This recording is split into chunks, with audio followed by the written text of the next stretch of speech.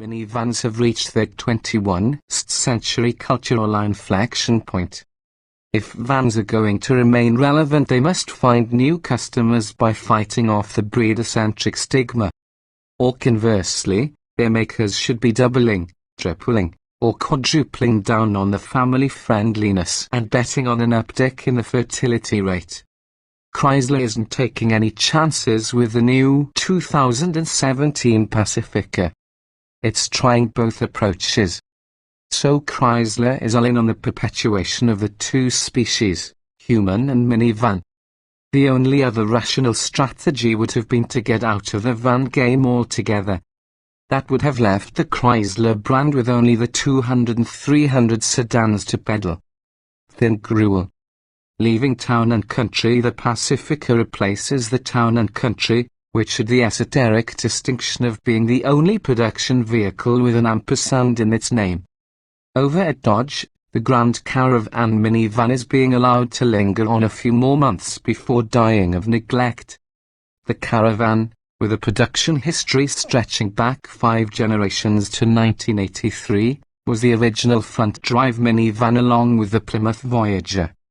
It also was Dodge's longest-lived, continuously produced model. Why did Chrysler disinter the Pacifica name for the new van? Well, that name was the most memorable thing about the bland crossover that wore it from the 2004 through the 2008 model years. So why not? The 7 or 8 passenger Pacifica is optimized for that life stage between discovering a baby is on the way and when that child is grown enough to develop a smart mouth and win the occasional logical argument. It's a time when the kids aren't ashamed to be seen with their parents, must be shuttled to activities that have been chosen for them, and are perhaps still in the early days of being narcotized by personal electronics. But once that childhood moment passes, a minivan is the last thing they want to be seen in. Ugh, it's a momobile, my 15-year-old daughter Nina said upon seeing the Pacifica for the first time. I'm so embarrassed. Her reaction in mind, I approached my son Jack, who is 14, from a different tack. It has an HDMI port, I told him. Does it have a power supply? He replied while already grabbing his PlayStation 4 and disconnecting it from the hotel TV. I'm sure it does, I said, and fortunately it did. Body image to stave off the moment the minivan stigma kicks in. Chrysler overdosed on styling flourish. The XS mostly works, and the Pacifica is one of the best-looking van bodies ever plopped atop 4 wheels. Building on current Chrysler styling themes, it's heavily sculpted, with character lines that swoop, soar, and droop with the reckless abandon of a 10-year-old using a French curve tool for the first time. Despite the riot of lines, it's particularly good in profile, with the tail tapering back to a rear window that simulates a wraparound effect. It's Gogam to the old T&C's Bauhaus. One design element the Pacifica retains from the previous Chrysler minivans is the sliding side or track hidden along the bottom edge of the rearmost side windows. It's a cleaner look than the channels that run along the sides of competitors. There are a few other elegant touches like the large side mirrors atop long pedestals and an available trypane sunroof that stretches to cover almost the entire cabin. By the way, while the structure is mostly steel, the sliding doors are now aluminium. Although there's nothing revolutionary about the Pacifica's structure, it is an all-new platform. The familiar 3.6-litre Pentastar V6 rides transversely in the nose, and the front suspension consists of struts while the rear suspension is a trailing rim setup that uses 2 connected main bushings to better manage lateral and fore and afterloads. As are most these days, the steering system is electrically assisted rack and pinion. Thanks to a conscientious weight reduction program, including more extensive use of aluminium suspension links, Chrysler says that the Pacifica weighs about 250 pounds less than a comparable town and country. But it's still a big van, with a 121.6-inch wheelbase that's 0.4 inch longer than the TNC's and an overall length of 203.6 inches, which is down 0.1 inch. A new hybrid powertrain is set to arrive in a few months, but at launch the only engine is the Pentastar V6, rated at 287 horsepower. Lashed to ZF's increasingly ubiquitous 9-speed automatic transaxle, the engine feels understressed in most situations.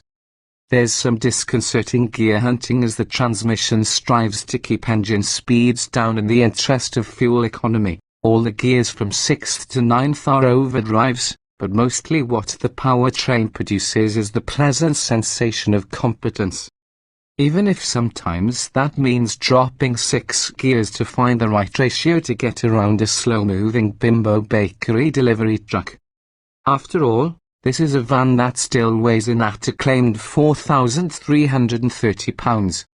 And that weight is felt in how the steering normally reacts to inputs and the standard 2, 3, 5, 6, 5R17 front tyres push through corners. If there's a sporting bone in this van, it's likely that your dog dragged it in. The top-off-the-line limited model can also be shod with 18-inch wheels or baller 20s.